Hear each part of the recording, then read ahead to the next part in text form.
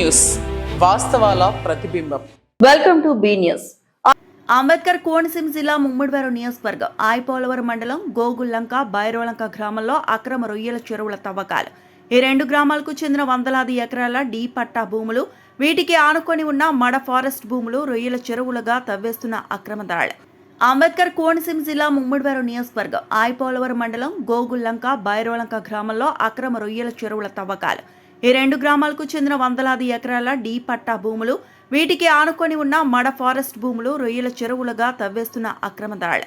వందలాది ఎకరాల డి పట్టా భూములు, మడ ఫారెస్ట్ అడవులు, వేలాది మాడ చెట్లు నరికివేస్తున్నారు. పెరి భూములను తవ్వేస్తున్నా అటువైపు కన్నెత్తి కూడా చూడని పోలవరం మండల రెవెన్యూ అధికారులు, ఫారెస్ట్ అధికారులు. కాసులకు కక్కుర్తిపడి రెవెన్యూ యంత్రాంగం, ఫారెస్ట్ అధికారులు పేద ప్రజల జీవనాధారాన్ని పూర్తిగా దెబ్బతీస్తున్నారని, మా రెండు గ్రామాల ప్రజలు గ్రామాలను వదిలి వలసలో పోయే పరిస్థితి ఏర్పడుతుందని గ్రామస్తులు ఆందోళన చెందుతున్నారు. భూస్వాములు డబ్బు, అధికార బలంతో పేద ప్రజలను డీ పట్టాదారుల నుండి పట్టా భూములను కబ్జా చేసి భయభ్రాంతులకు గురిచేసి అధికారుల అండదండలతో అక్రమ రొయ్యల చెరువులు తవ్వేస్తున్నారని ప్రజలు ఆవేదన వ్యక్తం చేస్తున్నారు.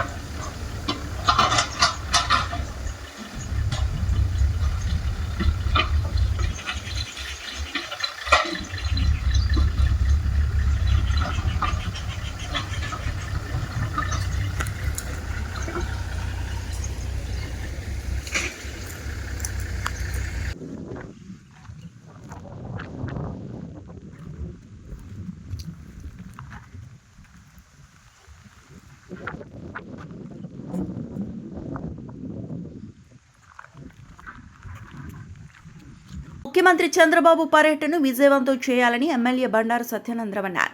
అంబేద్కర్ కోనసీమ జిల్లా కొత్తపేట నియోజకవర్గం రావులపాలెం గోదావరి డెల్టా అభివృద్ధికి, రైతాంగ సంక్షేమానికి ముఖ్యమంత్రి నారా చంద్రబాబు నాయుడు చేపడుతున్న కార్యక్రమాలు చారిత్రాత్మకమని, ఈ నెల 13న జరిగే ముఖ్యమంత్రి పర్యటనను విజయవంతం చేయాలని కొత్తపేట ఎమ్మెల్యే బండారు సత్యానందరావు పిలుపునిచ్చారు. ముఖ్యమంత్రి చంద్రబాబు పర్యటనను విజయవంతం చేయాలని ఎమ్మెల్యే బండారు సత్యానందరావు అన్నారు. అంబేద్కర్ కోనసీమ జిల్లా కొత్తపేట నియోజకవర్గం రావులపాలెం గోదావరి డెల్టా అభివృద్ధికి, రైతాంగ సంక్షేమానికి ముఖ్యమంత్రి నారా చంద్రబాబు నాయుడు చేపడుతున్న కార్యక్రమాలు చారిత్రాత్మకమని, ఈ నెల 13న జరిగే ముఖ్యమంత్రి పర్యటనను విజయవంతం చేయాలని కొత్తపేట ఎమ్మెల్యే బండారు సత్యానందరావు పిలుపునిచ్చారు. ఆదివారం రావులపాలెం క్యాంపు కార్యాలయంలో ఏర్పాటు చేసిన మీడియా సమావేశంలో ఆయన మాట్లాడారు. గోదావరి డెల్టాకు జీవనాడిగా నిలిచిన సర్ ఆర్థర్ కాటా నిర్మించిన ధవళేశ్వరం బ్యారేజ్కు 150 కోట్లతో 117 గేట్ల ఆధునీకరణ, మరమ్మతుల పనులను ముఖ్యమంత్రి చంద్రబాబు నాయుడు సోమవారం ప్రారంభించనున్నారని తెలిపారు. ఈ పనులు పూర్తయితే గోదావరి డెల్టాలోని సుమారు 10.50 లక్షల ఎకరాలకు సాగునీటి సరఫరా మరింత సమర్థవంతంగా జరిగి రైతాంగానికి దీర్ఘకాలిక ప్రయోజనం చేకూరుతుందన్నారు. వరదల నియంత్రణ, కాలువలకు నీటి విడుదల, సాగునీటి నిర్వహణలో ధవళేశ్వరం బ్యారేజ్ కీలక పాత్ర పోషిస్తుందన్నారు. సాగునీరు అందివ్వడానికి కానీ, మురుగునీరు పారుదల వ్యవస్థనే ఉపయోగపడడానికి కానీ ఈ యొక్క కార్యక్రమం ఎంతో దోహదపడుతుందని తెలియజేస్తూ ఉన్నాను. వరదల నియంత్రణ సమయంలో కానీ, లేదా కాలువలకు నీటి విడుదల విషయంలో కానీ బ్యారేజ్ యొక్క ప్రాముఖ్యత చాలా ముఖ్యమైనది. అటువంటిది 2014లో ఆనాడు చంద్రబాబు నాయుడు గారు ముఖ్యమంత్రిగా ఉండగానే 63 గేట్లను ఆనాడు ఆధునీకరించడం జరిగింది. 2014 తర్వాత ఈనాడు 2026లో ఉన్నాం. ఇంతవరకు మళ్ళా దాని మీద ఎవరు గత ప్రభుత్వంలో జగన్మోహన్ రెడ్డి గారి ప్రభుత్వంలో వైసీపీ పాలనలో కనీసం గేట్లు మరమ్మతులు చేయడానికి కానీ, ఆయిల్స్ గ్రీజు లాంటివి ఉపయోగించడానికి కానీ, బ్యారేజీ నిర్వహణకు సంబంధించినటువంటి విషయాల్లో కానీ పూర్తిగా నిర్లక్ష్యానికి గురైంది. దానివల్ల ఎప్పటికప్పుడు చేపట్టవలసిన ఓఎండ్ఎం కార్యక్రమాలు, ఆపరేషనల్ మెయింటెనెన్స్ కార్యక్రమాలు చేపట్టకపోవడం వల్ల బ్యారేజ్ యొక్క 10 సంవత్సరాల కాలంలో అనేక రకాలుగా ఇంకా ఎక్కువ నష్టపోయింది. ఈనాడు వాటన్నిటిని కూడా సత్వరం భవిష్యత్తులో ఇబ్బందులు రాకుండా ఉండాలన్న ఆలోచనతో చంద్రబాబు నాయుడు గారు 150 కోట్ల రూపాయలు మంజూరు చేయించి 117 గేట్లు ఆధునీకరణ చేయడం కోసం కార్యక్రమాన్ని తీసుకోవడం జరుగుతోంది. అది రేపు పనులు ప్రారంభిస్తూ ఉన్నారని, ఇది రైతాంగానికి పట్ల చంద్రబాబు నాయుడు గారికి ఉన్నటువంటి చిత్తశుద్ధికి నిదర్శనంగా నేను తెలియజేస్తా ఉన్నాను. ఎప్పుడో 2014లో ఆనాడు 31,77,00,000తోటి ఆనాడు పనులు చేపట్టారు. మళ్ళా నేడు 150 కోట్ల రూపాయలతో పనులు చేపడతా ఉన్నారు. గత వైసీపీ ప్రభుత్వ పాలనలో కనీసం గేట్లకి గ్రీజు పెట్టిన దాఖలాలు కూడా లేవు. ఆ రోప్లు ఏ విధంగా ఉన్నాయి, ఆ మోటార్లు ఏ విధంగా ఉన్నాయి, ఆ గేట్లు ఏమన్నా తుప్పు పడతా ఉన్నాయా, కనీసం వాటికి రంగులు వేద్దామా అనే ఆలోచన కూడా గత ప్రభుత్వంలో మరమ్మతులు చేయకుండా ధవళేశ్వరం బ్యారేజీని గాలికి వదిలేసింది. అది ఈనాడు దెబ్బతినే పరిస్థితుల్లో మరలా ఈనాడు కూటమి ప్రభుత్వంలో చంద్రబాబు నాయుడు గారు చొరవ చూపి ఈనాడు బ్యారేజీ పునరుద్ధరణకు చర్యలు తీసుకుంటా ఉన్నారని తెలియజేస్తా ఉన్నాను. మరి అభివృద్ధి ప్రదాత చంద్రబాబు నాయుడు గారు అధికారాన్ని ఒక బాధ్యతగా భావించి సేవ చేయాలనే మహోన్నతమైన నాయకుడు చంద్రబాబు నాయుడు గారు. రైతులకు సంబంధించిన అనేక విషయాల్లో ఇప్పటికే మన నియోజకవర్గంలోనే చూసుకుంటే లొల్లలాకులు అనేది సెంట్రల్ డాల కీలకం. నిధులు మీరు మంజూరు చేయాలంటే కోరిన వెంటనే 74 కోట్ల రూపాయలు అక్కడ 3 లాకుల నిర్మాణానికి, సెంట్రల్ డెల్టాకి 2 లక్షల ఎకరాల ఆయకట్టుకు నీరించే లొల్లలాకుల పునర్నిర్మాణానికి నిధులు మంజూరు చేయడం జరిగింది. అదేవిధంగా తుంగభద్ర గేట్లు కొట్టుకుపోయి అనే విషయం మీ అందరికీ తెలుసు. ఆనాడు జగన్మోహన్ రెడ్డి ప్రభుత్వం చేసినటువంటి ఏదంటే గొడ్డలి ప్రభుత్వం ఆనాడు అధికారంలో ఉంది. గొడ్డలి ప్రభుత్వం చేసినటువంటి దుర్మార్గమైన కార్యక్రమాలకి తుంగభద్ర గేట్లు కొట్టుకుపోతే కర్ణాటక ప్రభుత్వంతో మాట్లాడి తిరిగి ఆ గేట్లు పునరుద్ధరించేలాగా సత్వరం చర్యలు చేపట్టి రాయలసీమ రైతాంగాన్ని కూడా మేలు చేయడం జరిగిందనేది ఈ సందర్భంగా తెలియజేస్తూ ఉన్నాను. అదేవిధంగా వెలిగొండ ప్రాజెక్టు కింద ఉన్న నిర్వాసితులకు పరిహారం చెల్లింపులో ఒకే రోజు పరిహారం చెల్లించేలా కూడా చర్యలు. పట్టిసీమ ద్వారా ఈనాడు కృష్ణా డెల్టా అంతా కూడా ఆయకట్టు స్థిరీకరించబడతా ఉంది. కృష్ణా డెల్టాకి ఈనాడు జీవనాడి పట్టిసీమ అయింది. ఆనాడు పట్టిసీమ కట్టినప్పుడు కూడా అపహాస్యం చేశాడు, అది వృధాగా కడుతున్నారని చెప్పారు. కానీ ఇలా పట్టిసీమ వల్లే కృష్ణా డెల్టాకి సాగునీరు వెళ్తా ఉంది, కృష్ణా డెల్టా పరిరక్షించబడతా ఉంది. అంటే ఈనాడు పట్టిసీమ వల్ల వెళ్ళే గోదావరి జలాల వల్ల రెండు కూడా అవినాభావ సంబంధం ఉంటుంది. దగ్గర దగ్గర 53,000 కోట్ల రూపాయలు వ్యవసాయానికి ఈ సంవత్సరం బడ్జెట్లో కేటాయింపులు చేశారంటే చంద్రబాబు నాయుడు గారు ఏ విధంగా రైతాంగం పట్ల మమకారం చూపుతున్నారనేది అదొక ఉదాహరణగా చెప్పొచ్చు. ఈ రాబోయే రోజుల్లో రైతులు డిమాండ్ ఆధారిత పంటలు వేసుకోవడం ద్వారా కానీ, లేదా ఈ సాగునీటి వ్యవస్థను పునరుద్ధరించుకోవడం ద్వారా కానీ గోదావరి డెల్టా మోడరేషన్ చేయాలనేది కూడా ఆలోచన చేస్తూ ఉన్నారు. ఇప్పటికే లైడర్ సర్వే దాన్ని చేశారు. గోదావరి డెల్టా ఆధునీకరణ చేపడితే సుమారు 2,000 కోట్లు 2,500 కోట్ల రూపాయలతోటి యొక్క గోదావరి డెల్టా 3 డెల్టాలు ఆధునీకరణ చేస్తే ఉభయ గోదావరి జిల్లా రైతాంగానికి ఎనలేని మేలు చేకూరుతుంది. పోలవరం ప్రాజెక్టు ఈనాడు ఒక పరుగులు పెట్టిస్తూ ఉన్నారు. పోలవరం ప్రాజెక్టు నిర్మాణం కూడా రాబోయే పుష్కరాలకు ముందుగానే ప్రారంభించాలనే ఆలోచనతోటి ఈనాడు కూటమి ప్రభుత్వం పనిచేస్తూ ఉంది. ఈ విధంగా నీటిపారుదల రంగానికి పెద్దపీట వేస్తూ వ్యవసాయ రంగాన్ని ముందుకు తీసుకెళ్తూ రాష్ట్రంలో ఈనాడు మూడో వంతు ఆదాయాన్ని వ్యవసాయం ద్వారా వస్తేనే రాష్ట్రం బాగుపడుతుంది. 70% ప్రజానికం వ్యవసాయం మీద ఆధారపడి ఉన్నారనేది, దాని తగ్గ వసతులు కల్పించడం కోసం ఈనాడు చంద్రబాబు నాయుడు గారు అవిరల్ కృషి చేస్తూ ఉన్నారు. అందులో భాగంగా ఈ కార్యక్రమాలన్నీ జరుగుతూ ఉన్నాయి. ఈనాడు మన కళ్ళ ముందు కనిపిస్తూ ఉన్నాయి. ధవళేశ్వరం బ్యారేజీకి 150 కోట్ల రూపాయల పనులు కానీ, రేపు వచ్చే 3-4 నెలల్లో మొదలెట్టపోయే లొల్లలాకుల ఆధునీకరణ కానీ, రాబోయే రోజుల్లో గోదావరి డెల్టా మోడరేషన్ చేయడం కోసం చేస్తున్నటువంటి ఇప్పుడు ఈనాడు కృషి ప్రయత్నాలు కానీ తప్పకుండా ఫలిస్తాయని ఈ సందర్భంగా చంద్రబాబు నాయుడు గారు రాక వల్ల పిచ్చుకలంక అనే ప్రాంతం కూడా అక్కడే సమావేశం పెట్టడం ద్వారా, పిచ్చుకలంక ప్రాంతం హైలైట్ అవడం ద్వారా చంద్రబాబు నాయుడు గారు రాబోయే కాలంలో దాన్ని కూడా ఒక చక్కటి టూరిజం ప్లేస్ గా తీర్చిదిద్దడానికి దోహదపడుతుందని నేను ఆశిస్తూ ఉన్నాను. దాంతోపాటు గోదావరి డెల్టా మోడరైజేషన్ కానీ, ఏటిగట్లు అభివృద్ధి పరచడం కానీ, ఏటిగట్ల మీద తారు రోడ్లు తీసుకురావడం కానీ, ఇలాంటి చర్యలు కొంత ఉపయోగపడతాయి మన ప్రాంతానికని ఆశిస్తూ ఉన్నాను. రాబోయే రేపు ఆయన పర్యటన సందర్భంగా ఇవన్నీ కూడా ఆయన దృష్టికి తీసుకెళ్తాం. ఎక్కడైతే లంక భూములు నదీపాతానికి గురవుతున్నాయో అక్కడ గ్రాయిన్స్ నిర్మించాలని కానీ, గోదావరి డెల్టా మోడరేషన్ కానీ, ఏటిగట్ల మీద రోడ్లు లేదా ఇంకా పటిష్టపరచవలసిన ఏటిగట్లు బ్యాలెన్స్లు ఉన్నాయి, వాటిని కూడా పటిష్టపరిచే చర్యలు కానీ ఇవన్నీ గౌరవ ముఖ్యమంత్రి గారి దృష్టికి తీసుకెళ్ళడానికి రేపు పర్యటనని సద్వినియోగం చేసుకుంటామని తెలియజేసుకుంటూ, ఈ సందర్భంగా రైతాంగానికి ఎంత మేలు చేస్తున్నటువంటి చంద్రబాబు నాయుడు గారికి రైతాంగం తరపున హృదయపూర్వకమైనటువంటి కృతజ్ఞతలు తెలియజేసుకుంటూ, రేపు జరగబోయే పిచ్చుకలంకలో రేపు ఉదయం 10 గంటలకి సోమవారం నాడు 10 గంటలకు జరగబోయే ముఖ్యమంత్రి గారి పర్యటనను విజయవంతం చేయవలసిందిగా ఎన్డీఏ కూటమి నేతల్ని, ప్రజల్ని, రైతాంగాన్ని అందరినీ కూడా హృదయపూర్వకంగా ఆహ్వానిస్తూ వారిని వేడుకుంటూ ఉన్నాను. శంకరపాలెం ద్రాక్షారామం ప్రధాన రహదారి పక్కన భారీ గుంతలు, ప్రమాదాలపై స్థానికుల ఆందోళన.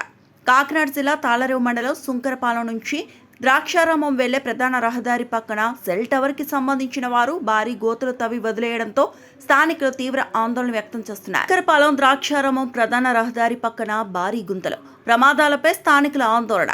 కాకినాడ జిల్లా తాళరేవు మండలం శంకరపాలెం నుంచి ద్రాక్షారామం వెళ్లే ప్రధాన రహదారి పక్కన సెల్ టవర్ కి సంబంధించిన వారు భారీ గోతులు తవ్వి వదిలేయడంతో స్థానికులు తీవ్ర ఆందోళన వ్యక్తం చేస్తున్నారు. స్థానిక సెల్ టవర్ కి సంబంధించిన కొందరు వ్యక్తులు పంచాయతీ ఆనుకొని ఉన్న ప్రదేశంలో రహదారిపై 4 నుంచి 5 అడుగుల లోతులో గోతులు తవ్వి వాటిని పూడ్చకుండా అలాగే వదిలేశారని గ్రామస్తులు ఆరోపిస్తున్నారు. ఈ రహదారిపై నిత్యం భారీగా వాహనాలు వందల సంఖ్యలో రాకపోకలు జరుగుతుండటంతో ఎప్పుడైనా పెద్ద ప్రమాదం జరిగే అవకాశం ఉందని స్థానికులు చెబుతున్నారు. ఈ గోతులో ఎవరైనా పడితే లేదా ప్రమాదానికి గురైతే దానికి బాధ్యత ఎవరు వహిస్తారు అంటూ వారు అధికారులను ప్రశ్నిస్తున్నారు. ప్రధాన రహదారికి పక్కన ఇంత పెద్ద గుంతలు తవ్వుతుంటే R&B అధికారులు ఎక్కడా అని స్థానికులు ప్రశ్నిస్తున్నారు.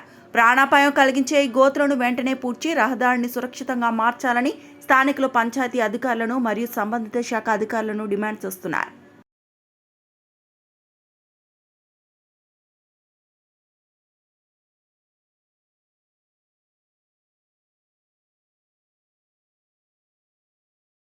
ప్రాంతమైన యానం బైపాస్లో శాంతి భద్రతల పరిరక్షణలో భాగంగా ఎస్ఐ పట్టాభిరామయ్య ఆధ్వర్యంలో ప్రత్యేక వాహన తనిఖీలు నిర్వహించారు. ప్రాంతమైన యానం బైపాస్లో శాంతి భద్రతల పరిరక్షణలో భాగంగా ఎస్ఐ పట్టాభిరామయ్య ఆధ్వర్యంలో ప్రత్యేక వాహన తనిఖీలు నిర్వహించారు.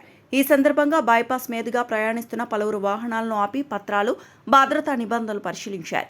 అనంతరం బహిరంగ ప్రదేశాల్లో మద్యం సేవించి ప్రజలకు ఇబ్బంది కలిగిస్తూ న్యూసెన్స్ సృష్టిస్తున్న వారిపై పోలీసులు ప్రత్యేక దృష్టి సారించారు. మద్యం మత్తులో న్యూసెన్స్కు పాల్పడిన పలువురిని యానం పోలీస్ స్టేషన్కు తరలించి వారిపై చట్టపరమైన కేసులు నమోదు చేసినట్లు పోలీసులు తెలిపారు. ప్రజల చట్టాలను గౌరవిస్తూ బహిరంగ ప్రదేశాల్లో మద్యం సేవించడం, న్యూసెన్స్కు పాల్పడటం వంటి చర్యలకు దూరంగా ఉండాలని ఎస్ఐ పట్టాభిరామయ్య సూచించారు. ఇలాంటి ప్రత్యేక తనిఖీలు నిరంతరం కొనసాగుతాయని ఆయన హెచ్చరించారు. ఈ కార్యక్రమంలో ఏఎస్ఐ గణేష్, ఈశ్వరరావు తదితర పోలీసు సిబ్బంది పాల్గొన్నారు.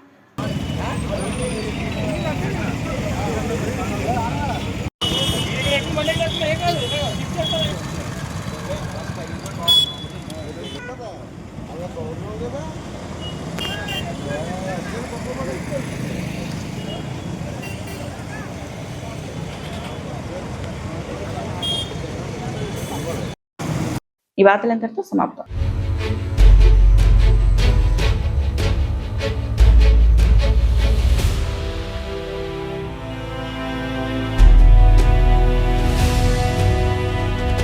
బీ న్యూస్, వాస్తవాల ప్రతిబింబం.